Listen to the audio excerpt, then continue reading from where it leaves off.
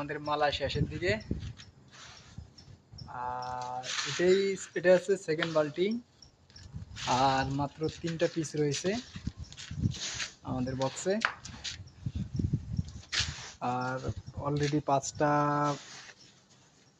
বালতি অলরেডি হয়ে গেছে।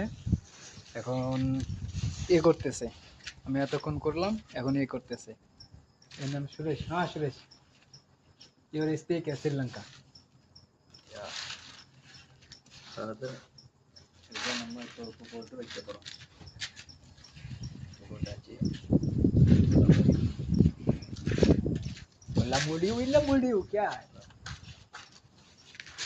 তো ভিডিওটি সবাইকে